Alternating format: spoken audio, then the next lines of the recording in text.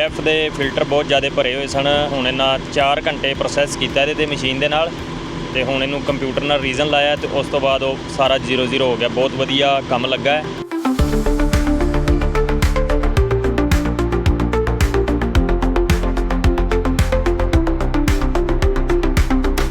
ਤੇ ਕੋਈ ਵੀ ਮੇਰਾ ਵੀਰ ਭਰਾ ਕਰਾਉਣਾ ਚਾਹੇ ਡੈਫ ਦੇ ਫਿਲਟਰ ਕਲੀਨ, ਤੇ US ਟਰੱਕ ਸੇਲ ਵਾਲਿਆਂ ਕੋਲ ਬੇਕਰਫੀਲਡ ਆਓ ਤੇ ਆਪਣੇ ਫਿਲਟਰ ਕਲੀਨ ਕਰਾਓ ਬਿਨਾਂ ਖੋਲ੍ਹਿਆਂ। ਸਤਿ ਸ਼੍ਰੀ ਅਕਾਲ ਜੀ, ਨਮਸਕਾਰ, ਸਲਾਮ ਅਲੈਕਮ। ਤੇਜਵਿੰਦਰ ਭਾਜੀ ਆਏ ਨੇ, ਇਹਨਾਂ ਨੇ ਸਾਡੇ ਤੋਂ ਟਰੱਕ ਵੀ ਲਿਆ ਇੰਡੀਆਨਾ ਲੋਕੇਸ਼ਨ ਤੋਂ, ਤੇ ਇਹਨਾਂ ਨੂੰ ਜਦੋਂ ਦੇਖਿਆ ਕਿ ਅਸੀਂ ਡੈਫ ਕਲੀਨਿੰਗ ਕਰਦੇ ਹਾਂ ਤੇ ਭਾਜੀ ਹਲੇ ਤੋਂ ਆਏ ਨੇ।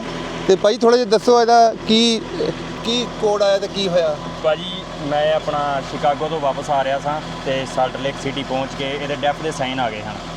ਸੋ ਆਪਾਂ ਉੱਥੇ ਡੈਫ ਦੇ ਸਾਈਨ ਕਲੀਅਰ ਕਰਾਏ ਇੱਕ ਵਾਰ, ਤੇ ਤੁਹਾਡੀਆਂ ਪਹਿਲਾਂ ਵੀ ਆਪਾਂ ਵੀਡੀਓ ਵੇਖੀਆਂ ਨੇ।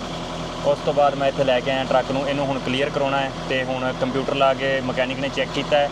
ਇਸ ਟਾਈਮ ਇਹਦੇ 135% ਫਿਲਟਰ ਭਰੇ ਹੋਏ ਆ, ਬਲੋਕ ਹੋਏ ਆ ਇਸ ਟਾਈਮ। ਭਾਈ ਜਦੋਂ ਡੀ ਰੇਟ ਹੋਇਆ ਸੀ ਤੁਸੀਂ 50 ਤੇ ਰੱਖੇ ਸੀਗੇ ਜਾਂ ਘੱਟ ਨੇ ਡੀ ਰੇਟ ਕਰ ਦਿੱਤਾ? ਕਿਉਂਕਿ ਪਹਿਲਾਂ ਡੀ ਰੇਟ ਕਰਦਾ 50 ਤੇ ਫਿਰ ਕਰਦਾ 30 ਤੇ ਫਿਰ ਕਰਦਾ 20 ਤੇ। ਨਹੀਂ 50 ਤੇ ਹੀ ਆਇਆ ਸੀ ਜੀ। ਫਿਰ ਮੈਂ ਪਰ ਮਕੈਨਿਕ ਨੂੰ ਵਿਖਾਤਾ ਸੀ ਉਸੇ ਟਾਈਮ। ਚੰਗਾ ਕੀਤਾ। ਉੱਥੇ ਆਪਣਾ ਕੰਪਿਊਟਰ ਲਵਾ ਕੇ ਉਹਨਾਂ ਕੋਡ ਕਲੀਅਰ ਕਰਕੇ ਮੈਨੂੰ ਤੋਰਤਾ। ਠੀਕ ਹੈ ਜੀ, ਠੀਕ ਹੈ ਜੀ। ਤੇ ਹੁਣ ਭਾਈ ਦਾ ਜਿਹੜਾ ਅਸੀਂ ਸਿਸਟਮ ਇਹ ਹੈਗਾ ਕਿ ਇਹਦੇ 'ਚ ਫਾਲਟ ਹੈਗੇ ਸਿਸਟਮ 'ਚ, ਪਰ ਭਾਈ ਨੇ ਟੈਂਪਰੇਰੀ ਕਲੀਅਰ ਕਰਾਤੇ ਸੀ ਤੇ ਵਧੀਆ ਹੋ ਗਿਆ। ਭਾਜੀ ਇੱਧਰ ਆ ਗਏ, 2 ਹੁੰਦੇ ਦੇ ਡੈਫ ਫਿਲਟਰ ਤੇ ਬਿਨਾ ਬਾਕਸ ਖੋਲ੍ਹੇ ਅਸੀਂ ਕਲੀਅਰ ਕਰਾਂਗੇ ਤੇ ਤੁਹਾਨੂੰ ਉਹਦਾ ਪ੍ਰੋਸੈਸ ਦਿਖਾਵਾਂਗੇ। ਇਹ ਜੀ ਕੰਪਿਊਟਰ ਦੇਖ ਲਓ, ਇਹ ਕੰਪਿਊਟਰ ਲਾਇਆ ਤੇ ਇਹਦੇ 'ਚ ਜਦੋਂ ਦੇਖੋਗੇ ਮਾਈਲ ਬਹੁਤ ਘੱਟ ਨੇ ਭਾਈ ਦੇ, ਸਿਰਫ 138% ਭਰਿਆ। ਠੀਕ ਹੈ ਜੀ। ਤੇ ਹੁਣ ਜਿਹੜਾ ਆਪਾਂ ਇਹਦਾ ਪ੍ਰੋਸੈਸ ਸ਼ੁਰੂ ਕਰ ਦਿੱਤਾ ਤੇ ਇਹ ਮੈਕਸਿਮਮ ਭਾਈ ਨੂੰ 3 ਘੰਟੇ ਤੋਂ 3.5 ਘੰਟੇ ਤੋਂ ਪਹਿਲਾਂ ਅਸੀਂ ਗੁੱਡ ਬਾਏ ਕਰ ਦੇਣਾ, ਕਿਉਂਕਿ ਤੁਹਾਨੂੰ ਪਤਾ ਰੀਜਨ 'ਤੇ ਥੋੜ੍ਹਾ ਟਾਈਮ ਲੱਗੇਗਾ ਕਿਉਂਕਿ ਪੂਰਾ ਸਿਸਟਮ ਭਰਿਆ। ਜੇ ਰੀਜਨ 'ਤੇ ਕਮ ਟਾਈਮ ਲੱਗਦਾ ਤਾਂ ਫਿਰ 3 ਘੰਟੇ ਤੋਂ ਪਹਿਲਾਂ ਹੀ ਅਸੀਂ ਫਾਰਿਗ ਕਰ ਦੇਣਾ ਸੀ। ਆਓ ਜੀ ਦੇਖਦੇ ਹਾਂ ਪ੍ਰੋਸੈਸ ਨੂੰ। ਇਹ ਜੀ ਹੁਣ ਸਾਡਾ ਆਪਰੇਸ਼ਨ ਆਲਮੋਸਟ ਡਨ ਹੋ ਗਿਆ। ਅਸੀਂ ਹਾਈਡਰੋਜਨ ਲਾ ਕੇ ਤੇ ਕੈਮੀਕਲ ਲਾ ਕੇ ਇਹਨੂੰ ਜਿਹੜਾ ਪ੍ਰੋਸੈਸ ਕਰ ਦਿੱਤਾ ਹੈ ਸਾਰਾ। ਹੁਣ ਜਿਹੜਾ ਡੈਫ ਕਲੀਨਿੰਗ ਸਿਸਟਮ ਦਾ ਪ੍ਰੋਸੈਸ ਹੋ ਗਿਆ। ਹੁਣ ਅਸੀਂ ਇਹਨੂੰ ਰੀਜਨ ਕਰਾਂਗੇ ਤੇ ਇਹਦੇ ਬਾਅਦ ਸਾਨੂੰ ਰਿਜ਼ਲਟ ਮਿਲ ਜਾਣਾ ਕਿ ਕਿੰਨਾ ਇਹਦਾ DPF ਕਲੀਨ ਹੋਇਆ। ਇਹ ਬੇਸਿਕਲੀ ਟੋਟਲ ਟਾਈਮ ਨੂੰ ਸਾਨੂੰ ਲੱਗ ਗਿਆ ਆਲਮੋਸਟ ਸਮਝੋ 1.5 ਘੰਟਾ ਲੱਗ ਗਿਆ। ਤੇ ਹੁਣ ਜਿਹੜਾ ਘੰਟਾ ਇੱਕ ਲਾ ਜੋ ਰੀਜਨ ਦਾ, ਪਰ ਰੀਜਨ ਦਾ ਥੋੜ੍ਹਾ ਟਾਈਮ ਜ਼ਿਆਦਾ ਲੱਗਣਾ ਕਿਉਂਕਿ ਇਹ ਟਰੱਕ ਦੇ ਉੱਤੇ ਕੋਡ ਆ ਗਿਆ ਸੀ ਤੇ ਇਹਨਾਂ ਨੇ ਜਿਹੜਾ ਰੀਸੈਟ ਕਰਕੇ ਇੱਧਰ ਲਿਆਂਦਾ ਟਰੱਕ, ਤੇ ਹੋ ਸਕਦਾ ਰੀਜਨ 'ਚ 1.5 ਤੋਂ 1.5 ਘੰਟਾ ਲੱਗ ਜਾਏ। ਤੇ ਉਹਦੇ ਬਾਅਦ ਜਿਹੜਾ ਸਾਡਾ ਅਲਟੀਮੇਟਲੀ ਗੋਲ ਹੈਗਾ ਕਿ ਇੱਕ ਤੇ ਨੰਬਰ 1 ਡੈਫ ਦਾ ਜਿਹੜਾ ਫਿਲਟਰ ਕਲੀਨ ਹੋ ਜਾਏ। ਦੂਜਾ ਅਲਟੀਮੇਟਲੀ ਗੋਲ ਇਹ ਹੈਗਾ ਕਿ ਜਿਹੜਾ ਆਪਣੇ ਉਹਦੇ ਨਾਲ ਜਿਹੜੀ ਪਾਵਰ ਆ ਉਹ ਘਟ ਜਾਂਦੀ ਟਰੱਕ ਦੀ, ਉਹ ਹੋ ਜਾਏ ਠੀਕ। ਤੀਸਰਾ ਅਲਟੀਮੇਟਲੀ ਗੋਲ ਹੈਗਾ ਕਿ ਟਰੱਕ ਦੀ ਡੀਜ਼ਲ ਕੰਜ਼ੰਪਸ਼ਨ ਜਿਹੜੀ ਉਹ ਬੈਟਰ ਹੋ ਜਾਏ। ਉਹਦੇ ਬਾਅਦ ਇਨਵਾਇਰਮੈਂਟਲ ਫ੍ਰੈਂਡਲੀ ਹੈਗਾ। ਟਾਈਮ ਬਹੁਤ ਘੱਟ ਲੱਗਿਆ ਸਾਨੂੰ, ਫਿਲਟਰ ਕੱਢ ਕੇ ਉਹਨੂੰ ਦੇਖਣ ਦੀ ਲੋੜ ਨਹੀਂ ਪਈ ਕਿਉਂਕਿ ਜੇ ਫਿਲਟਰ ਕੱਢੋ ਉਹਦੇ ਰਿਪਟਾ ਲਾਓ ਉਹਦਾ ਲੇਬਰ ਬਹੁਤ ਲੱਗ ਜਾਂਦੀ ਹੈ, ਫਿਰ ਇੱਕ ਰਾਤ ਲੱਗਦੀ ਹੈ ਤੁਹਾਨੂੰ ਪਤਾ ਹੈ ਇਹਦਾ ਬੇਕ ਕਰਨ ਨੂੰ। ਤੇ ਜੇ ਇੱਕ ਵਾਰੀ ਫਿਲਟਰ ਕਲੀਨ ਹੋ ਜਾਏ, ਕਈ ਵਾਰੀ ਕਹਿੰਦੇ ਦੂਜੀ ਵਾਰੀ ਉਹ ਕਲੀਨ ਨਹੀਂ ਹੋ ਸਕਦਾ, ਜਾਂ ਉਹ ਕਈ ਵਾਰੀ ਕੱਢਦੇ ਫਿਲਟਰ ਜਿਹੜਾ ਹੈ ਉਹ ਵੀ ਕਰੈਕ ਕਰ ਜਾਂਦਾ ਜਾਂ ਉਹਦੇ 'ਤੇ ਤਰੇੜ ਆ ਜਾਂਦੀ ਹੈ ਕਿਉਂਕਿ ਮਿੱਟੀ ਦਾ ਬਣਿਆ ਹੁੰਦਾ। ਉਹ ਚੀਜ਼ਾਂ ਤੋਂ ਬਚਣ ਵਾਸਤੇ ਸਾਡਾ ਪ੍ਰੋਸੈਸ ਜਿਹੜਾ ਹੈ ਬਹੁਤ ਸ਼ਾਨਦਾਰ ਹੈਗਾ, ਸ਼ਾਰਟ ਟਰਮ ਹੈਗਾ ਤੇ ਬਹੁਤ ਜਲਦੀ ਪ੍ਰੋਸੈਸ ਹੋ ਜਾਂਦਾ। ਤੇ ਹੁਣ ਤੁਹਾਨੂੰ ਅਲਟੀਮੇਟਲੀ ਰਿਜ਼ਲਟ ਦਿਖਾਵਾਂਗੇ ਤੇ ਭਾਈ ਨਾਲ ਗੱਲ ਵੀ ਕਰਾਂਗੇ ਜਿਹੜੇ ਆਏ ਨੇ ਹੁਣ ਟਰੱਕ DPF ਕਲੀਨ ਵਾਸਤੇ। ਇਹ ਸਾਰੀ ਇਨਫੋਰਮੇਸ਼ਨ ਤੁਸੀਂ ਸਾਡੀ ਵੈਬਸਾਈਟ 'ਤੇ ਦੇਖ ਸਕਦੇ ਹੋ usatrucksale.com, ਜਾਂ ਸਾਨੂੰ ਕਾਲ ਕਰ ਸਕਦੇ ਹੋ 1833-698-7224।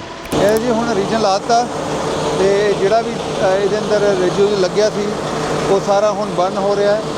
ਤੇ ਜਦੋਂ ਇਹ ਬਰਨ ਹੋ ਜਾਏਗਾ ਤੇ ਇਹ ਤੇਲ ਪਾਈਪ ਤੋਂ ਜਿਹੜਾ ਧੂੰਆਂ ਨਿਕਲਣਾ ਸ਼ੁਰੂ ਹੋ ਜਾਏਗਾ। ਇਹਨੇ ਤੇਲ ਪਾਈਪ ਤੋਂ ਜਿਹੜਾ ਨਾ ਉਹਨੇ ਜਿੰਨਾ ਵੀ ਉਹਦਾ ਗੰਦ ਹੈਗਾ ਜਾਂ ਤੁਸੀਂ ਕਹਿ ਸਕਦੇ ਹੋ ਰੈਜ਼ੀਡੂਅਲ ਹੈਗਾ ਉਹ ਸਾਰਾ ਇਹਨੇ ਬਾਹਰ ਕੱਢ ਦੇਣਾ।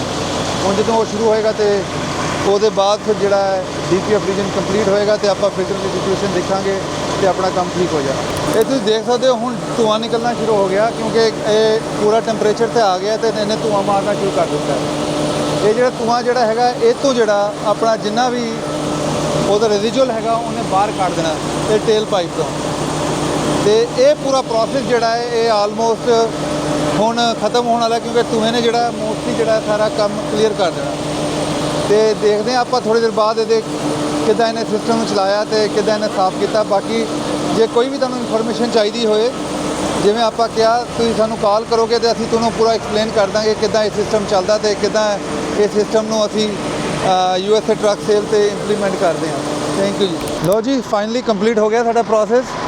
ਟਰੱਕ ਨੇ ਰੀਜਨ ਕਰ ਲਿਆ, ਥੋੜ੍ਹਾ ਜਿਹਾ ਜ਼ਿਆਦਾ ਟਾਈਮ ਲਿਆ ਕਿਉਂਕਿ ਆਲਮੋਸਟ 138% ਭਰਿਆ ਸੀ। ਤੇ ਰੀਜਨ ਕਰਕੇ ਜੇ ਤੁਸੀਂ ਦੇਖੋਗੇ ਤੇ ਆ ਗਿਆ ਜੀ 0% ਤੇ ਤੁਸੀਂ ਦੇਖ ਸਕਦੇ ਹੋ।